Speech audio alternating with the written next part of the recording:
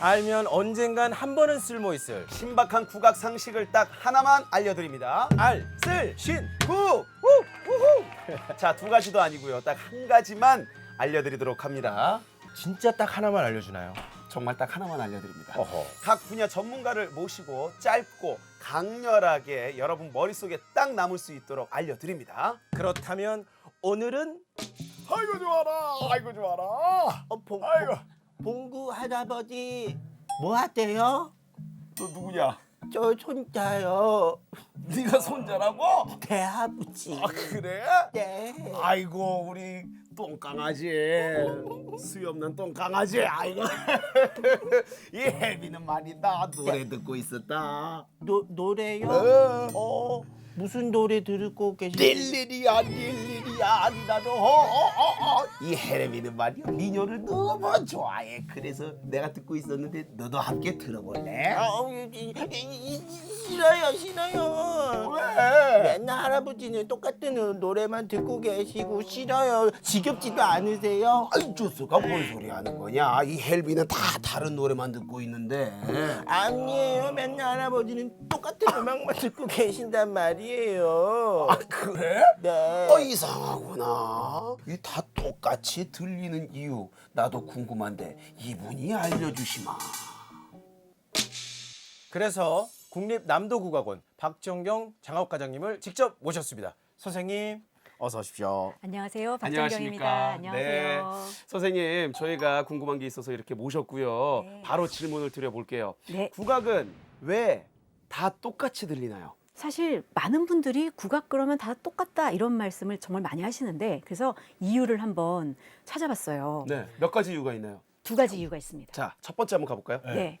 첫 번째 이유는 국악은 떤다입니다. 떤다. 네. 농연. 농연 혹은 뭐 요성 이런 말을 하죠.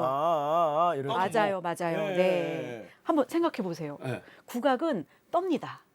그렇죠. 떨지 않으면 국악이 아니라고 말을 해도 좋을 정도로 네. 떠는 것이 국악에선 매우 중요해요. 그러니까 진도 아리랑을 만약 부르면 아리랑 해야 되는데 아리랑 하면 이상하단 말이에요. 이상하죠. 네. 네, 맞아요. 그래서 이 국악은 장구나 북 같은 타악기를 제외한 모든 선율악기는 이 떨고 꺾고 이런 흔드는 기법에 아주 최적화가 되어 있어요. 맞아요. 그리고 사실 서양 음악이나 클래식도 떠는 기법은 사용을 하거든요. 있죠. 다. 왜 뭐 우리가 비브라토라고도 하고 바이브레이션이라고도 하잖아요. 네네. 이렇게 떠는 그런 기법은 어느 음악에서나 다 쓰이는 기법인데도 왜 국악이 그토록 특별하냐?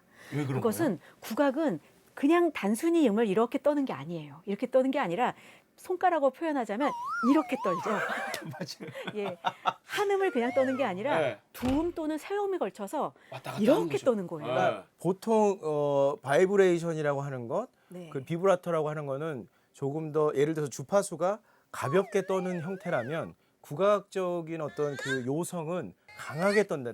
다이나믹이 더 크다. 맞습니다. 이렇게 좀 생각하면 예, 되겠네요. 떨뿐만 아니라 이렇게 확 치켜 올리기도 하고 오. 확 꺾기도 하고 이 음악 자체를 물이 흘러가듯이 이렇게 굽이굽이 연결된 느낌이 나도록 이 떨어주고 꺾어주고 음을 굉장히 살아있는 생명체처럼 보이게 하는 그런 특징이 있습니다. 생명체 네. 생각해 보면 자연이 만들어 놓은 것들은 직선이 별로 없어요. 맞아요. 다 곡선으로 곡선이에요. 되어져 있죠. 네. 그래서 우리 음악도 잘 보면 그 자연의 모습 곡선을 그대로 담아내고 있는 게 또 특징 아니겠습니까? 맞습니다. 네. 그러면 두 번째는 뭡니까?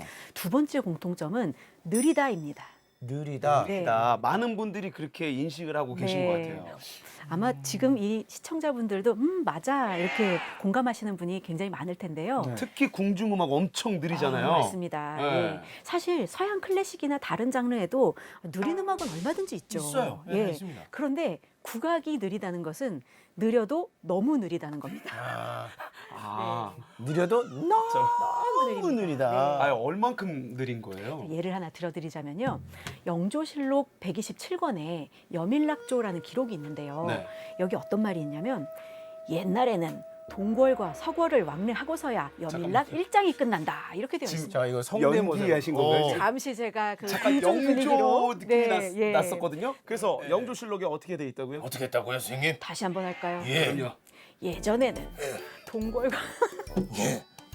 동굴과 아 선생님 너무 궁금합니다.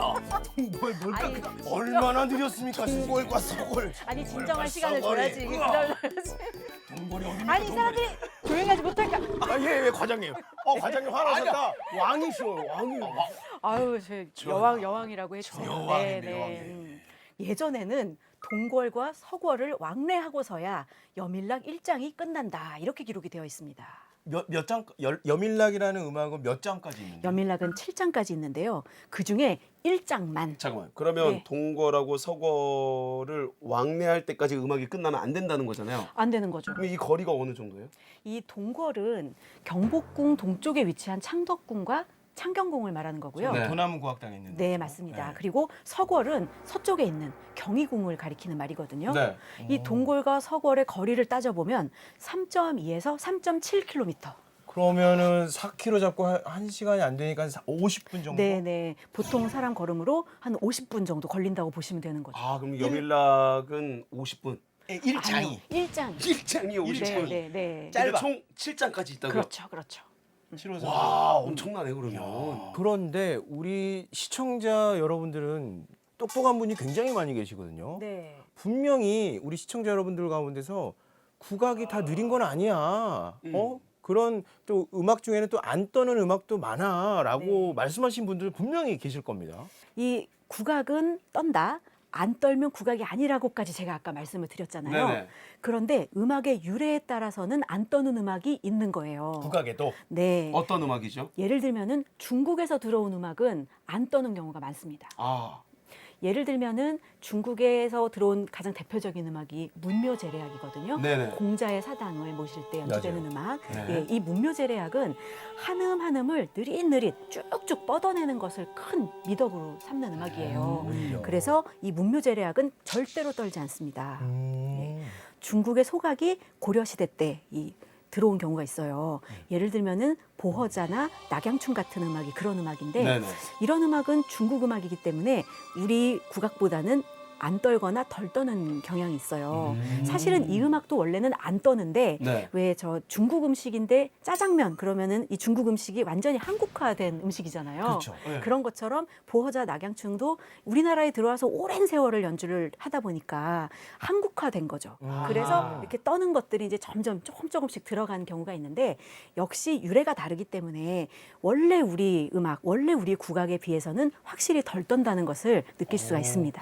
그 얘기 뭔 얘기인지 알아요. 저 원래 네. 굉장히 채통 지키고 네. 얌전하고 네. 그런 사람이었었거든요. 네. 근데 친구를 가까이 잘못 두니까 사람이 깨방정스럽고 예. 하여간 문제가 많아졌거든요, 제가. 요거는 친구 편집입니다. 탓인가요? 친구 이건 탓? 편집입니다. 편집.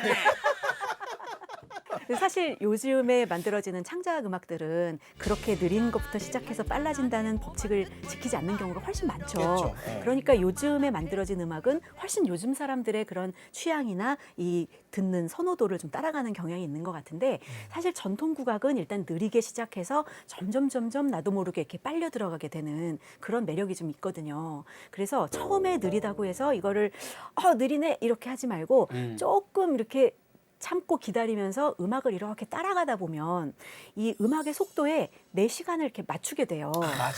음악의 진짜 속도에 좋네요. 내 시간을 맞춘다. 예. 시간을 내가 느리게 만드는 거죠. 이렇게 쫙 펴는 거죠, 이제 시간을. 그렇게 하다 보면은 어느 순간에 이렇게 점점 음악에 빠져들게 되고 마지막에는 그 빠른 장단과 그 쾌감 이런 것들을 확 느끼면서 이런 분들이 이제 보통 국악에 아주 깊이 빠져들게 돼요.